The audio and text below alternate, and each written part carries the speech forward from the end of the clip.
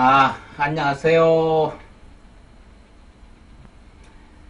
오늘은 보니까 여러분들 뭔가 생기가 나고 힘이 나는 것 같고, 저희들도 불자님들이 굉장히 희망 섞인 이런 환경을 보면 아주 기분 좋습니다. 오늘은 여러분 나폴레옹 하면 지금 다 아시잖아요. 중세기 때 최고의 지도자 나폴레옹이 언제 전쟁을 갔다가 오다가 말에는 장수들이 타지 말고 전쟁터에서 있었던 환자를 전체 다 말에다 태워라.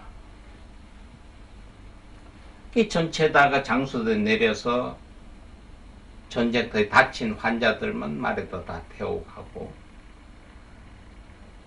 나폴레옹 스스로도 내려서 자기 말에다가 환자를 태우고 맨 앞에서 말굽비를 나폴레옹이 쥐고 걸어서 갔답니다.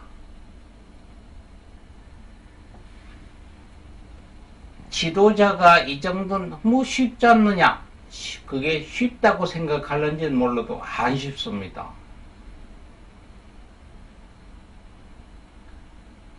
우리나라 지금 같으면은 전쟁이 났는데 환자가 많이 다쳤어요. 그 다음에 이겼든지 이기고 다시 본부대로 귀향할 때 내가 타고 가던 차에 환자들 다 싣고 별을 다는 장수가 걸어서 간다. 현실적으로는 쉬운 얘기 같아도 굉장히 쉽지 않는 이야기입니다. 지도자가 된다는 것은 오늘은 지도자 이야기를 하려고 그래요. 지도자라고 하면은 어떤 집단을 이끌고 앞에서 리드하는 자입니다. 앞에서 이끌고 리드하는 자가 그 리더를 잘못한다면은 어떻게 했어요? 어느 한 숲에서 짐승들이 모여서 지도자를 뽑으려고 이제 선출을 하려고 했어요.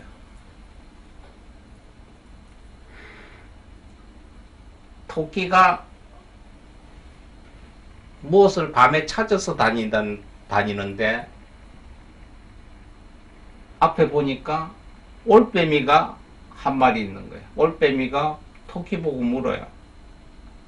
야, 토끼야, 무엇을 그렇게 찾아 댕기느냐 하니까 토끼가, 아니, 이 깜깜한 밤에 저희가 보입니까? 보이지? 그런데 제가 그럼 귀를 한쪽으로 내리고 한쪽을 높이고, 어느 귀를 높이고 어느 귀를 낮췄습니까? 오른귀를 낮추고 막 귀를 세웠지 않느냐? 이 깜깜한 밤에 저희가 보이는 거예요. 저희 누이 동생을 찾아다닙니다. 그러니까 누이 동생이 저게 고목나무 밑에서 어떤 집토끼하고 연애하고 있다. 귀신같이 하는 거예요. 토끼가 동물들 사이에서 소문을 내는 거예요. 야, 여기에는 신이 있다. 깜깜한 밤에도 무엇을 어디 가서 누가 일거일동을 어떻게 하는지 다 아는 게 있으니까 그 사람을 우리가 지도자로 삼아야 된다 해서 숲속에서 동물들이 모여서 부엉이를 지도자로 삼았답니다. 올빼미죠, 올빼미를. 그래서 밤에는 천체를 보니까 거기 가면 안 된다, 거기 가면 어떻다, 밤에서 그 동물들은 다 활동을 해도 올빼미처럼 밤에 눈이 밝은 게 없답니다. 그래서 밤에 전체 리드를 해서 거기서 이제 숲에서 지도자가 됐는데 날이 훤히 밝은 거예요. 그러니까 밝으면은 올빼미 눈이 어두워서 잘 안 보이는 거예요. 앞에서 지도자가 이끌고 가니까 올빼미가 그냥 이 나무에 퉁 붙여요. 보이지 않으니까. 그러니까 아 지도자가 저래는구나 해서 뒤에서 따라서 저들도 머리를 퉁 붙이고 오른쪽으로 붙였다가 또 왼쪽으로 퉁 붙이고 왼쪽으로 퉁 붙이고 그게 지도자가 하는 줄 눈이 안 보여서 올빼미가 안 보여서 붙이는 줄을 모르고 지도자가 붙이니까 저기 멋스러워 보여가지고 뒤에 동물 따라오면서 저들도 궁굴면 궁굴고 붙이면 부딪히고 어떤 낭떠러지게 간 거예요. 아 낭떠러지게 떨어지면 안 됩니다 하니까 이 떨어지는 것도 멋이다 하고 앞에 안 보여서 낭떠러지게 떨어졌답니다. 그러니까 뒤에도 아 지도자가 저렇게 멋있게 떨어지니까 우리도 떨어져야 되겠다 와라라 다 떨어져서 한 숲의 동물들이 일시에 올빼미를 지도자로 삼았다가 다 죽었다는 이야기. 어떤 지도자가 하는 걸 그 맹목적으로 따라서 할 수도 있는 이게 사회적인 폐단이죠. 사회주의 국가는 지도자가 이러면 그런 줄 알고 쭉 따라가다 보면 되죠. 그럼 대한민국 같은 데는 민주주의 국가입니다. 아, 지도자를 선출을 했죠. 해서 맹목적으로 따르는 분들도 많죠. 무엇이 어떻게 됐든 간에 죽어도 그 사람을 지도자로 돼요. 요정년에 대한민국 지도자 참 한심하잖아요. 정상적으로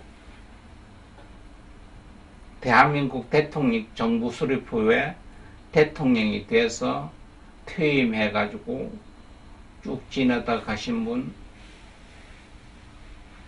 한 분 기억이 나네요. 두 분이나 김대중 대통령, 김영삼 대통령 그 외에는 뭐 다 문제들이 생겼잖아요. 그런데 그분들도 문제들이 없는 건 아니잖아요. 자기들이 자식들 대통령을 했어도 그 자식들이 다 대한민국 법률 위반으로 다 영장도 갔다 왔잖아요. 그럼 역대 대통령이 지금까지 전까지만 해도 최대로 나라를 지도를 했던 분들이 정상적인 사람이 없었다고 하나도 없었다고.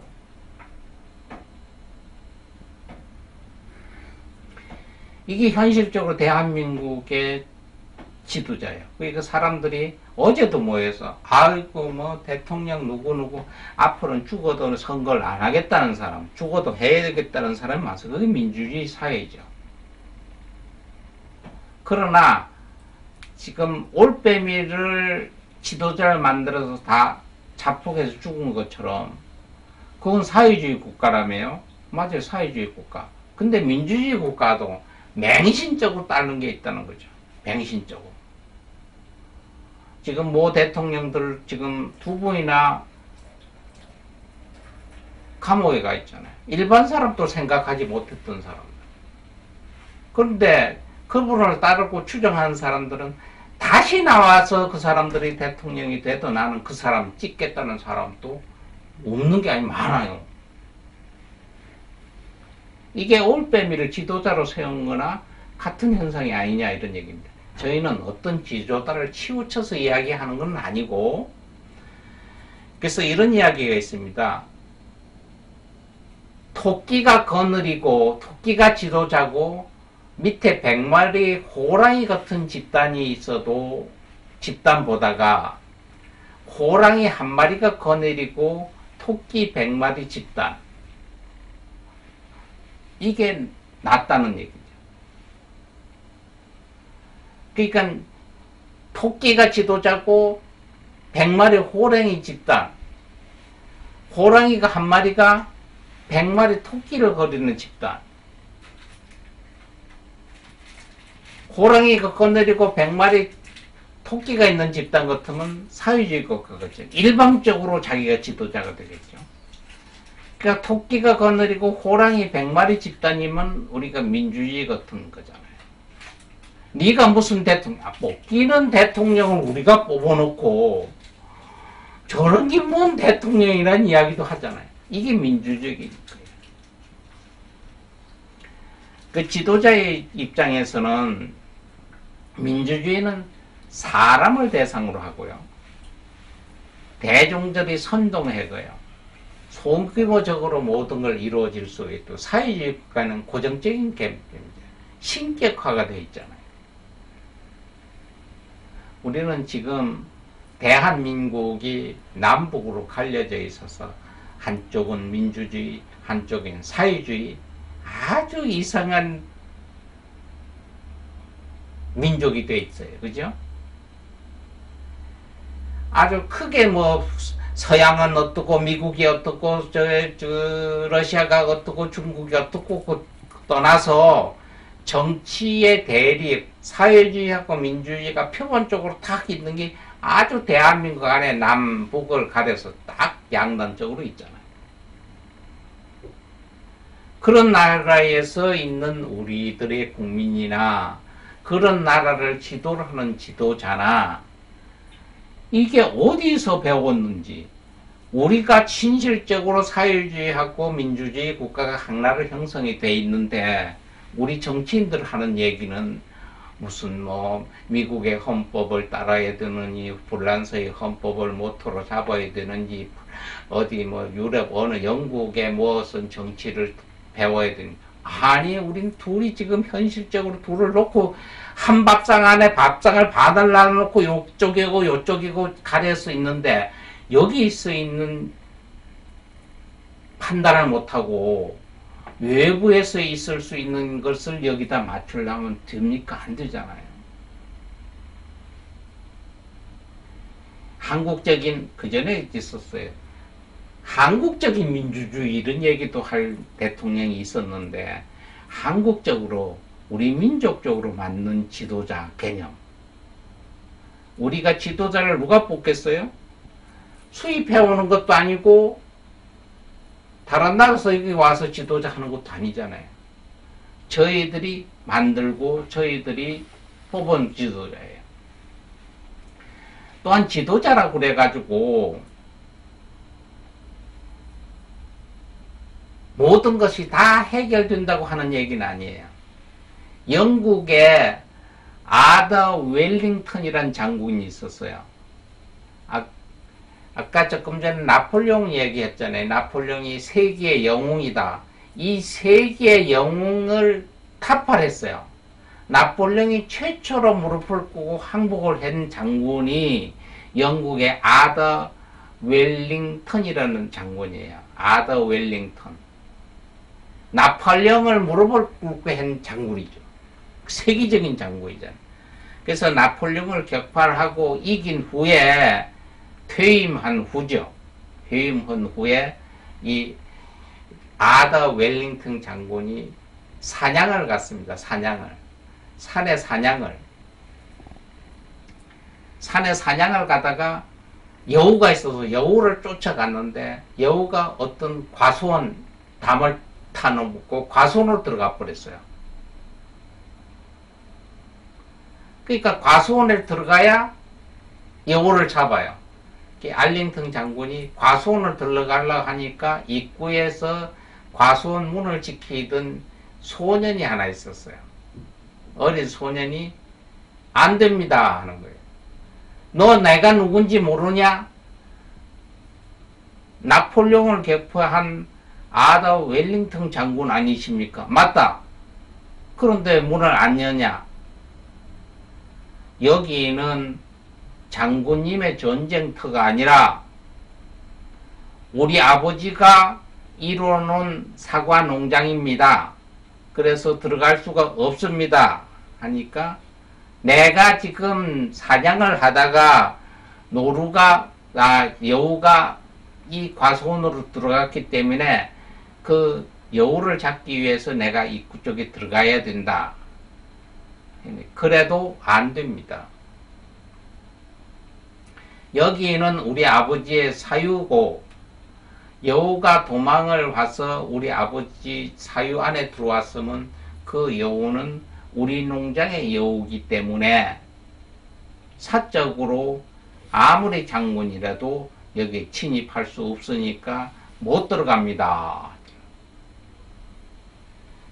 세계적인 나폴레옹을 격파하고 무릎을 꿇렸던 아더 웰링턴 장군도 그 소년 말 한마디에 맞다 하고 쉬운 얘기로 자기 의지를 꺾었다는 얘기예요. 의리와 논리가 정확한 이 소년 앞에는 아무리 세계의 영웅을 격파한 장군이라도 거기에는 침입하지 못했다는 얘기입니다. 지도자라는 것은 바로 이렇게 무소불위로 무언가를 내가 다 하면 될 수 있다는 것이 아니라 논리에 입각했을 때는 지도자도 거기에 수긍을 해야 된다는 얘기입니다.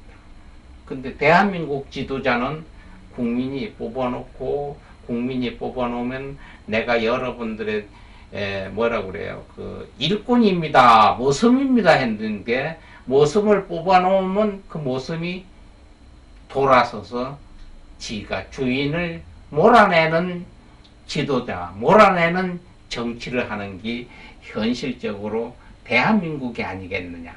이건 뜯어 고쳐야 된다. 맞잖아요, 여러분. 근데 여러분들은 그러니까 뽑을 놈이 없다. 그것도 말이 안 되잖아요. 누가 뽑아도 뽑아야 되는데.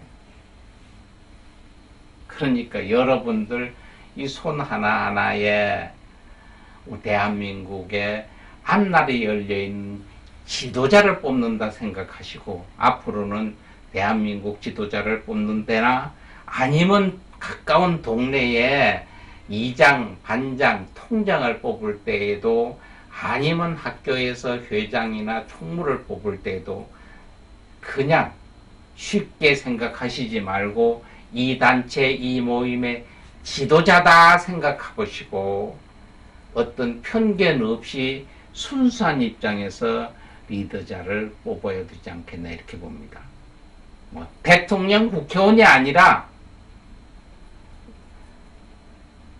뭐 10사람이 모이는 우리 단체 회의라도 바로 여기 하나하나의 우리의 장래, 이후제 회의의 단체의 한국의 장래는 여기에 달려있다고 생각하시면 됩니다.